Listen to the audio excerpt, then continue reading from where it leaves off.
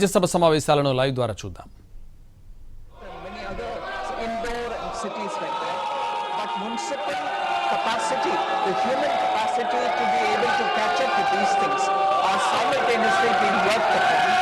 So once we think we have reached a stage, there can be very many proposals which can be considered, but at the moment there is no provision for a fund to support this.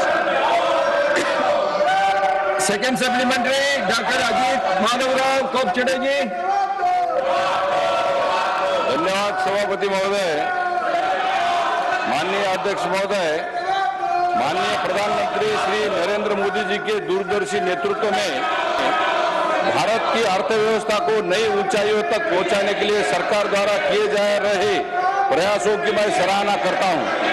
मैं माननीय वित्त मंत्री जी से यह प्रश्न पूछना चाहता हूं कि क्या माननीय वित्त मंत्री महोदय यह स्पष्ट करेंगे कि $5 ट्रिलियन अर्थव्यवस्था का लक्ष्य विकसित भारत 2047 की दिशा में केवल एक आर्थिक पड़ाव है, या इसके लिए सरकार ने निवेश, रोजगार, नवाचार, विनिर्माण और निर्यात को एकीकृत करने वाली कोई समग्र राष्ट्रीय कार्य योजना भी तैयार की है क्या?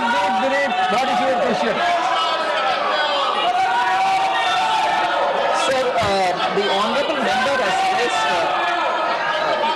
the specific point of whether the government has got the comprehensive program or scheme through which innovation, investment and many other that he named can all be given an impetus so that this $5 trillion economy does not become one destination but towards the longer growth story of India.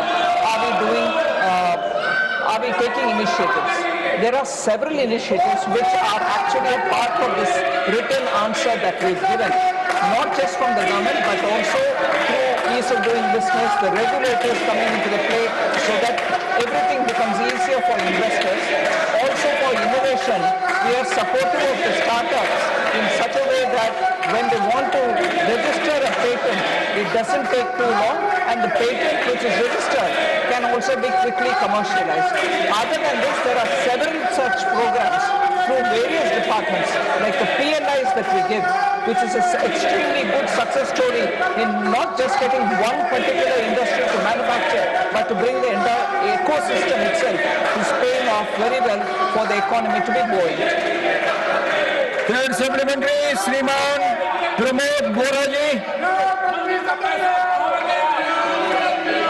Honorable Chairman sir, with your permission, I want to ask Madam Finance Minister, in view of the government's objective of making India a $5 trillion economy by the financial year 2028-29, will the Honorable Minister be pleased to state how the farmers of the country are expected to benefit from the achievement of this objective in terms of increase of farmers' income in real terms? Thank you. Honorable Minister. Sir, actually, as regards farmers, I am very glad to say because of the leadership of Prime Minister Modi, we are maximizing on the procurement of every listed 22 items of the cereals and pulses. There is a great emphasis given for Dalhan and Kohan, through which farmers who are growing difficult-based crops are also able to earn very good value. The move towards getting ethanol from sugarcane and from maize